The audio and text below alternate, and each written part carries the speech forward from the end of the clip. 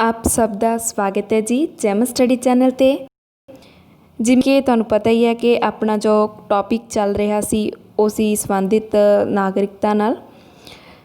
ਇਸ ਤੋਂ ਪਹਿਲਾਂ ਪਾਰਟ 1 ਹੈ ਜੋ ਇਸ ਵੀਡੀਓ ਦਾ ਬਣ ਚੁੱਕਿਆ, ਉਹ ਤੁਸੀਂ ਲਿੰਕ ਹੈ ਡਿਸਕ੍ਰਿਪਸ਼ਨ ਵਿੱਚੋਂ ਜਾ ਕੇ ਚੈੱਕ ਕਰ ਸਕਦੇ ਹੋ। ਇਹ ਜੋ ਵੀਡੀਓ ਇਸ ਸੰਬੰਧਿਤ ਰਹੇਗੀ ਮੈਸਟੀਕੇਟਡ PS ਟੈਟ ਅਤੇ CTET ਦੇ ਵਿਦਿਆਰਥੀਆਂ ਨਾਲ, ਉਹਨਾਂ ਲਈ ਬਹੁਤ ਹੀ ਮਹੱਤਵਪੂਰਨ ਰਹੇਗੀ।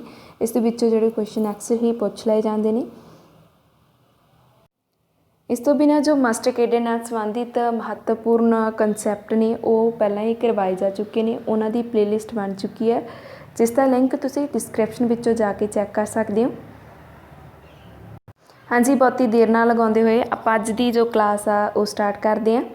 ਜਿਵੇਂ ਕਿ ਤੁਹਾਨੂੰ ਪਤਾ ਹੀ ਹੈ, ਆਪਾਂ ਕੱਲ੍ਹ ਜਿਹੜੇ ਆਰਟੀਕਲ ਕਰੇ ਸੀਗੇ ਨਾਗਰਿਕਤਾ ਨਾਲ ਸੰਬੰਧਿਤ, ਅੱਜ ਆਪਾਂ ਕਰਾਂਗੇ ਜੀ ਨਾਗਰਿਕਤਾ ਨੂੰ ਅਪਣਾਉਣ ਦੇ ਤਰੀਕੇ ਕਿਹੜੇ-ਕਿਹੜੇ ਨੇ ਅਤੇ ਕਿਸ ਤਰ੍ਹਾਂ ਸਮਾਪਤ ਹੋ ਜਾਂਦੀ ਹੈ ਜੋ ਭਾਰਤ ਦੀ ਨਾਗਰਿਕਤਾ। ਫਸਟ ਵਨ ਹੈ ਜੀ, ਜਨਮ ਦੇ ਆਧਾਰ 'ਤੇ ਜੋ ਨਾਗਰਿਕਤਾ ਉਹ ਮਿਲ ਜਾਂਦੀ ਆ, ਪਰ ਕੰਡੀਸ਼ਨ ਕੀ ਹੈ 20 ਜਨਵਰੀ 1950 ਤੋਂ ਬਾਅਦ ਜਿਸ ਦਾ ਭਾਰਤ ਵਿੱਚ ਜਨਮ ਹੋਇਆ ਉਸ ਨੂੰ ਹੀ ਭਾਰਤੀ ਨਾਗਰਿਕਤਾ ਜਿਹੜੀ ਮਿਲੇਗੀ। ਇਸ ਤੋਂ ਬਿਨਾਂ ਵੰਸ਼ ਦੇ ਆਧਾਰ 'ਤੇ ਵੀ ਜਿਹੜੀ ਨਾਗਰਿਕਤਾ ਉਹ ਮਿਲ ਜਾਂਦੀ ਹੈ। ਜਨਮ ਭਾਰਤ ਤੋਂ ਬਾਹਰ ਹੋਵੇ, ਜੇਕਰ ਮੰਨ ਲਓ ਕੋਈ ਵੀ ਪੇਰੈਂਟਸ ਉਹ ਭਾਰਤ ਤੋਂ ਬਾਹਰ ਰਹਿ ਰਹੇ ਆ ਪਰ ਉਹਨਾਂ ਦੇ ਜਨਮ ਸਮੇਂ ਉਸਦੇ ਪਿਤਾ ਦੀ ਨਾਗਰਿਕਤਾ ਕਿੱਥੋਂ ਦੀ ਸੀ, ਭਾਰਤ ਦੀ ਸੀ, ਤਾਂ ਉਹ ਵੀ ਕੀ ਹੋਊਗਾ, ਭਾਰਤ ਦਾ ਵਾਸੀ ਮੰਨਿਆ ਜਾਵੇਗਾ। ਇਸ ਤੋਂ ਇਲਾਵਾ ਰਜਿਸਟਰੀਕਰਨ ਦੁਆਰਾ ਵੀ ਜਿਹੜੀ ਭਾਰਤ ਦੀ ਨਾਗਰਿਕਤਾ ਉਹ ਗ੍ਰਹਿਣ ਕੀਤੀ ਸਕਦੀ ਹੈ। ਕਿਵੇਂ, ਵਿਸ਼ਵ ਦੇ ਅਜਿਹੇ ਦੇਸ਼ ਜਿਨ੍ਹਾਂ ਦਾ ਰਿਸ਼ਤਾ ਭਾਰਤ ਨਾਲ ਵਧੀਆ ਗਾ ਅਤੇ ਉੱਥੋਂ ਦੇ ਦੇਸ਼ ਉਸ ਦੇਸ਼ ਦੇ ਜਿਹੜੇ ਲੋਕ ਆ ਉਹ ਭਾਰਤ ਆ ਕੇ ਰਜਿਸਟਰੀਕਰਨ ਦੁਆਰਾ ਨਾਗਰਿਕਤਾ ਨੂੰ ਪ੍ਰਾਪਤ ਕਰ ਸਕਦੇ ਨੇ। ਪਰ ਜਿਹੜੀ ਐਪਲੀਕੇਸ਼ਨ ਦੇਣ ਤੋਂ ਪਹਿਲਾਂ ਉਹ 7 ਸਾਲ ਉਹਨਾਂ ਦਾ ਭਾਰਤ ਦੇ ਵਿੱਚ ਰਹਿਣਾ ਬਹੁਤ ਜ਼ਰੂਰੀ ਆ। ਜਿਨ੍ਹਾਂ ਦੇਸ਼ਾਂ ਦੇ ਨਾਲ ਭਾਰਤ ਦੇ ਵਧੀਆ ਸੰਬੰਧ ਆ ਉੱਥੋਂ ਦੇ ਜਿਹੜੇ ਲੋਕ ਉਹ ਭਾਰਤ ਦੀ ਨਾਗਰਿਕਤਾ ਗ੍ਰਹਿਣ ਕਰ ਸਕਦੇ ਆ, ਪਰ ਉਹਨਾਂ ਦਾ 7 ਸਾਲ ਪਹਿਲਾਂ ਭਾਰਤ ਵਿੱਚ ਰਹਿਣਾ ਜ਼ਰੂਰੀ ਹੈ। ਨੈਕਸਟ ਹੈ ਜੀ ਪ੍ਰਕਿਰਤਿਕ ਨਾਗਰਿਕਤਾ। 6 ਮਹੀਨੇ ਤੋਂ ਭਾਰਤ ਰਿਹਾ ਹੋਵੇ ਜਾਂ ਫਿਰ ਪੰਜੀਕਰਨ ਆ ਜਿਹੜਾ ਉਹ ਤੋਂ ਬਿਨਾਂ 4 ਸਾਲ ਕੋਈ ਵੀ ਵਿਅਕਤੀ ਭਾਰਤ ਰਿਹਾ ਹੋਵੇ ਉਸ ਨੂੰ ਵੀ ਇਹ ਭਾਰਤ ਦੀ ਨਾਗਰਿਕਤਾ ਮਿਲ ਜਾਂਦੀ ਹੈ। ਹਾਂਜੀ, ਇਸ ਤੋਂ ਇਲਾਵਾ ਬਾਏ ਇਨਕੋਪਰੇਸ਼ਨ ਸਿਟੀਜ਼ਨਸ਼ਿਪ ਦੇ ਥਰੂ ਵੀ ਜਿਹੜੀ ਭਾਰਤੀ ਵਾਸੀਆਂ ਦੀ ਭਾਰਤ ਦੀ ਨਾਗਰਿਕਤਾ ਮਿਲ ਜਾਂਦੀ ਹੈ। ਜਿਹੜਾ ਖੇਤਰ ਭਾਰਤ ਦਾ ਨਹੀਂ, ਮੰਨ ਲਓ ਕੋਈ ਖੇਤਰ ਭਾਰਤ ਦਾ ਨਹੀਂ ਹੈਗਾ ਪਰ ਫਿਰ ਵੀ ਉਸ ਉੱਤੇ ਭਾਰਤ ਨੇ ਕਬਜ਼ਾ ਕਰ ਲਿਆ ਕਿਸੇ ਤਰ੍ਹਾਂ, ਠੀਕ ਹੈ, ਲੜਾਈ ਯੁੱਧ ਹੋ ਗਿਆ, ਉਸ ਥਾਂ 'ਤੇ ਕਬਜ਼ਾ ਕਰ ਲਿਆ, ਜਿਹੜੇ ਉੱਥੇ ਲੋਕ ਰਹਿਣਗੇ ਉਹਨਾਂ ਨੂੰ ਭਾਰਤ ਦੀ ਨਾਗਰਿਕਤਾ ਪ੍ਰਾਪਤ ਹੋ ਜੂ, ਚਾਹੇ ਉਹ ਪਹਿਲਾਂ ਦੇ ਰਹਿ ਰਹੇ ਨੇ ਉੱਥੇ, ਪਰ ਜਦੋਂ ਭਾਰਤ ਨੇ ਉਸ ਜਗ੍ਹਾ 'ਤੇ ਕਬਜ਼ਾ ਕਰ ਲਿਆ, ਉਸ ਖੇਤਰ 'ਤੇ ਕਬਜ਼ਾ ਕਰ ਲਿਆ, ਤਾਂ ਉਹ ਇਲਾਕੇ ਜਿਹੜੇ ਨਿਵਾਸੀ ਹੋਣਗੇ ਲੋਕ ਉਸ ਖੇਤਰ ਦੇ, ਉਹ ਭਾਰਤ ਦੀ ਨਾਗਰਿਕਤਾ ਗ੍ਰਹਿਣ ਕਰ ਲੈਣਗੇ। ਇਹ ਤਾਂ ਸੀ ਜੀ ਨਾਗਰਿਕਤਾ ਗ੍ਰਹਿਣ ਕਰਨ ਦੇ ਅਪਣਾਉਣ ਦੇ ਤਰੀਕੇ। ਇਸ ਤੋਂ ਇਲਾਵਾ ਆਪਾਂ ਕੁਝ ਕਾਨੂੰਨਾਂ ਦੇ ਬਾਰੇ ਜਾਂ ਇਹਨਾਂ ਦੀ ਗੱਲ ਕਰਦੇ ਹਾਂ ਜੋ ਸਮੇਂ-ਸਮੇਂ 'ਤੇ ਨਾਗਰਿਕਤਾ ਨਾਲ ਸੰਬੰਧਿਤ ਰਹੇ ਨੇ।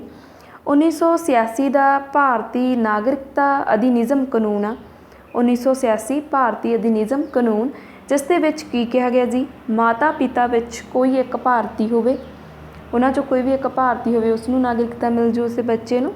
ਅਤੇ ਸੈਕਿੰਡ ਹੈ ਜੀ ਜਨਮ ਭਾਰਤ ਤੋਂ ਬਾਹਰ, ਜਨਮ ਸਮੇਂ ਮਾਤਾ ਪਿਤਾ ਭਾਰਤ ਦਾ ਨਾਗਰਿਕ ਹੋਵੇ, ਉਹਨਾਂ ਵਿੱਚੋਂ ਕੋਈ ਵੀ ਮਾਤਾ ਜਾਂ ਪਿਤਾ ਵਿੱਚੋਂ ਜੇਕਰ ਉਹ ਬਾਹਰ ਹੋਰ ਵੀ ਕਿਸੇ ਕੰਟਰੀ ਵਿੱਚ ਨੇ ਤਾਂ ਵੀ ਉਹਨਾਂ ਨੂੰ ਤਾਂ ਨਾਗਰਿਕਤਾ ਜਿਹੜੀ ਮਿਲ ਜਾਂਦੀ ਹੈ ਜੇਕਰ ਉਹਨਾਂ ਦੇ ਮਾਤਾ ਪਿਤਾ 'ਚੋਂ ਇੱਕ ਜਣਾ ਭਾਰਤੀ ਹੈ। ਇਸ ਤੋਂ ਬਿਨਾਂ ਘੱਟੋ ਘੱਟ 5 ਸਾਲ ਭਾਰਤ ਵਿੱਚ ਉਹਨਾਂ ਦਾ ਰਹਿਣਾ ਜ਼ਰੂਰੀ ਹੈ ਜਿਸਨੇ ਪਤਾ ਲੈਣੀ ਹੈ।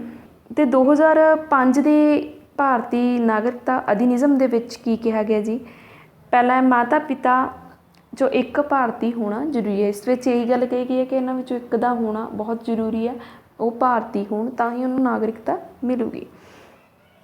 ਇਸ ਤੋਂ ਇਲਾਵਾ ਨਾਗਰਿਕਤਾ ਨੂੰ ਸਮਾਪਤ ਵੀ ਕੀਤਾ ਜਾ ਸਕਦਾ ਅਤੇ ਉਸਨੂੰ ਸਮਾਪਤ ਕਰਨ ਦੇ ਜਿਹੜੇ ਢੰਗ ਨੇ ਜੀ, ਪਹਿਲਾਂ ਜੀ ਖੁਦ ਤਿਆਗ ਦੇਣਾ। ਜੇਕਰ ਕੋਈ ਵਿਅਕਤੀ ਚਾਹੁੰਦਾ ਕਿ ਮੈਂ ਭਾਰਤ ਦਾ ਨਾਗਰਿਕ ਨਹੀਂ ਰਹਿਣਾ, ਠੀਕ ਹੈ, ਕਿਸੇ ਵੀ ਕਾਰਨ, ਤਾਂ ਉਹ ਆਪਣੇ ਆਪ ਵੀ ਇੱਥੋਂ ਦੀ ਨਾਗਰਿਕਤਾ ਜਿਹੜੀ ਉਹ ਤਿਆਗ ਸਕਦਾ ਹੈ। ਸੈਕਿੰਡ ਹੈ ਜੀ ਸਰਕਾਰ ਦੁਆਰਾ ਸਮਾਪਤ ਕਰਨਾ। ਕਿਸੇ ਵੀ ਕਾਰਨ ਕੋਈ ਵੀ ਵਿਅਕਤੀ ਹੈ, ਠੀਕ ਹੈ, ਸੰਵਿਧਾਨ ਦੇ ਅਨੁਸਾਰ ਕੰਮ ਨਹੀਂ ਕਰ ਰਿਹਾ, ਕੋਈ ਵੀ ਤਰ੍ਹਾਂ ਉਸ 'ਤੇ ਕੋਈ ਕੋਈ ਵੀ ਇਲੀਗਲ ਕੁਛ ਵੀ ਆਪਾਂ ਕਹੀਏ ਕੰਮ ਕਰਤਾ, ਤਾਂ ਸਰਕਾਰ ਦੁਆਰਾ ਉਸਦੀ ਨਾਗਰਿਕਤਾ ਵੀ ਸਮਾਪਤ ਕੀਤੀ ਜਾ ਸਕਦੀ ਹੈ। ਇਸ ਤੋਂ ਇਲਾਵਾ ਜਿਹੜਾ ਵਿਅਕਤੀ ਬਿਨਾਂ ਕਿਸੇ ਦੱਸੇ ਭਾਰਤ ਸਰਕਾਰ ਨੂੰ ठीक है। होर किसी कंट्री की, होर किसी देश की आप कह दईए नागरिकता ग्रहण कर लेंदा, पर भारत सरकार नूं जां भारत नूं नहीं दसदा, तो उसकी भी सरकार की कर देंदी है, नागरिकता समाप्त कर देंदी है। इस तो इलावा नागरिकता तो वंचित भी कर देंदी है।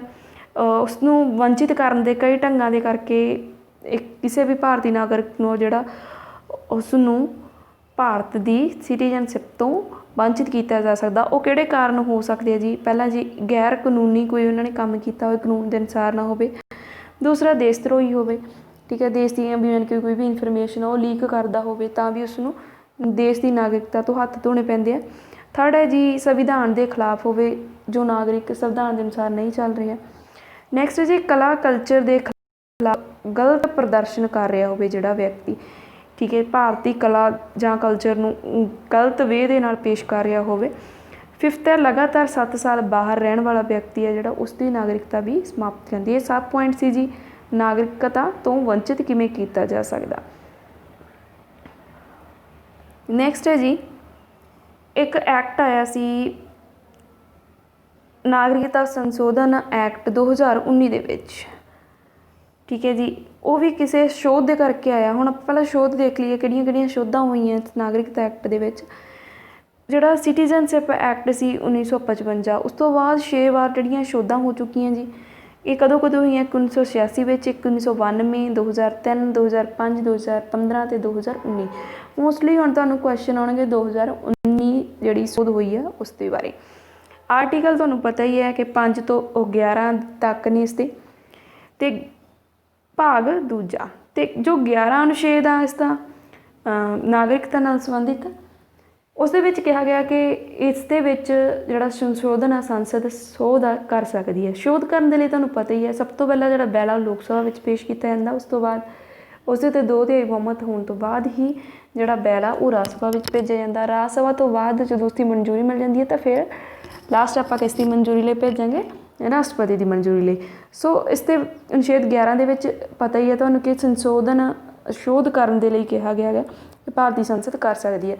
इस दे बारे जे तुहानूं नहीं पता चला जिहड़े आर्टिकल ने किहड़े विच की कहा गया, ठीक है ना, उसकी वीडियो जिहड़ी पार्ट 1 दे विच सारा कुछ समझाया गया, तुसीं उत्थे जाके चैक कर सकते हो।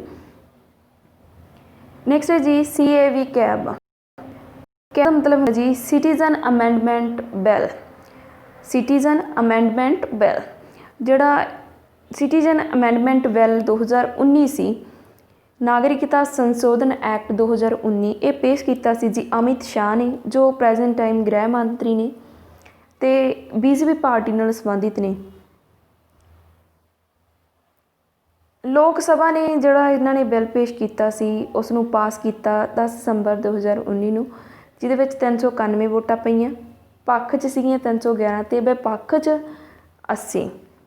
ते राज सभा ने इसके उपर जो आपां कह दईए आपकी अप्रूवल दी, पास किया, वो 11 दिसंबर 2019 नूं। इस ते कुल वोटां पईयां 230 ते पक्ष विच 125 पईयां, विरोध च 105। राष्ट्रपति ने इसकी मंजूरी दी 22 दिसंबर 2019 नूं जी, सॉरी 12 दिसंबर 2019 नूं।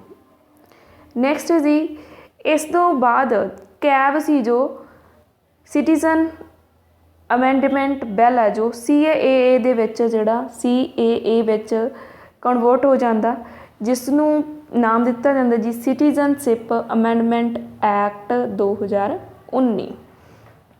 सो कई बार क्वेश्चन आ जाता कैब जो कैब आ वो कदों किसकी मंजूरी तो बाद CAA बन जाता, तो वो जी राष्ट्रपति की मंजूरी तो बाद CAA बन जाता कैब। नैक्सट जी, लागू जिहड़ा किया गया ये 2019 वाला एक्ट है, ये किया गया जी 10 जनवरी 2020 नूं, याद रख लो 10 जनवरी 2020 नूं लागू किया गया सी। इस दे विच कुछ राज है जो जिन्होंने शामिल नहीं किया गया सीगा, वो सी जी जिन्हां ते लागू ही नहीं होया, जिहड़े राज्यां विच मिजोरम, मेघालय, असम ते त्रिपुरा, ये 4 राज सी जिन्हां दे विच 2019 जिहड़ा नागरिकता कानून आ 2019 वाला एक्ट आ वो लागू नहीं हुंदा जी मिजोरम, मेघालय, असम ते त्रिपुरा दे विच।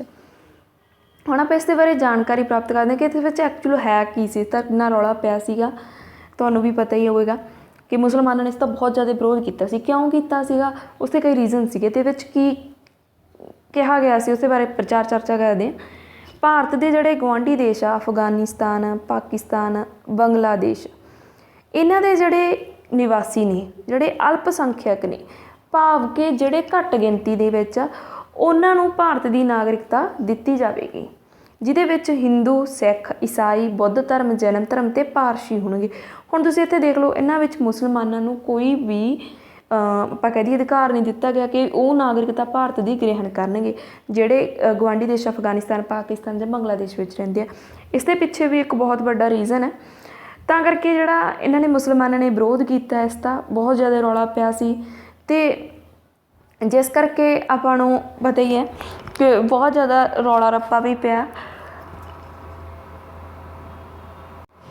ਜਿਹੜਾ ਇਹ ਨਾਗਰਿਕਤਾ ਐਕਟ ਸੀਗਾ 2019 ਜੀ, ਇਹ ਲਾਗੂ ਹੁੰਦਾ ਜਿਹੜੇ ਨਾਗਰਿਕ 31 ਦਸੰਬਰ 2014 ਤੋਂ ਪਹਿਲਾਂ ਤੋਂ ਹੀ ਭਾਰਤ ਵਿੱਚ ਰਹਿੰਦੇ ਆ, 31 ਦਸੰਬਰ 2014 ਤੋਂ ਭਾਰਤ ਵਿੱਚ ਰਹਿੰਦੇ ਆ। ਅਤੇ ਇਹਦੀ ਵਿੱਚ ਇੱਕ ਹੋਰ ਵੀ ਗੱਲ ਸੀ, ਜਿਹੜੇ ਨਾਗਰਿਕ ਅਫਗਾਨਿਸਤਾਨ, ਪਾਕਿਸਤਾਨ, ਬੰਗਲਾਦੇਸ਼ ਦੇ ਸੀਗੇ, ਚਾਹੇ ਉਹ ਜਿਹੜੇ ਮੁਸਲਮਾਨ ਸੀਗੇ, ਉਹ ਚਾਹੇ 31 ਦਸੰਬਰ 2014 ਤੋਂ ਭਾਰਤ ਵਿੱਚ ਰਹਿ ਰਹੇ ਆ, ਪਰ ਉਹਨਾਂ ਨੂੰ ਨਾਗਰਿਕਤਾ ਨਹੀਂ ਦੇਣੀ, ਕਿਉਂਕਿ ਸਿਰਫ ਔਰ ਸਿਰਫ ਇਹ ਘੱਟ ਗਿਣਤੀ ਵਾਲਿਆਂ ਨੂੰ ਦੇ ਰਹੇ ਸੀ। ਮੁਸਲਮਾਨਾਂ ਦੇ ਵਿਰੋਧ ਵਿੱਚ ਸੀਗਾ, ਤਾਂ ਕਰਕੇ ਇਹਦੀ ਵਿਰੋਧਤਾ ਹੋਈ ਸੀ। ਮੁਸਲਮਾਨਾਂ ਨੇ ਨਾਲ ਪੱਖਪਾਤ ਹੋਇਆ ਦੀ ਆਲੋਚਨਾ ਦਾ ਕਾਰਨ ਜੀ। ਇਸ ਤੋਂ ਇਲਾਵਾ ਅਨੁਛੇਦ 14 ਦੀ ਉਲੰਘਣਾ ਹੋਈ। 14 ਅਨੁਛੇਦ ਕੀ ਆ, ਆਪਾਂ ਨੂੰ ਪਤਾ ਹੈ, ਸਮਾਨਤਾ ਦਾ ਅਧਿਕਾਰ ਹੈ ਨਾ, ਕਿਸੇ ਨਾਲ ਜਾਤ ਧਰਮ ਦੇ ਆਧਾਰ 'ਤੇ ਕਿਸੇ ਤਰ੍ਹਾਂ ਦਾ ਵੀ ਲਿੰਗ ਦੇ ਆਧਾਰ 'ਤੇ ਭੇਦਭਾਵ ਨਹੀਂ ਕੀਤਾ ਜਾਵੇ, ਕਾਨੂੰਨ ਸਾਹਮਣੇ ਸਾਰੇ ਬਰਾਬਰ ਨੇ ਅਤੇ ਸਾਰਿਆਂ ਲਈ ਇੱਕੋ ਜਿਹੇ ਅਧਿਕਾਰ ਨੇ।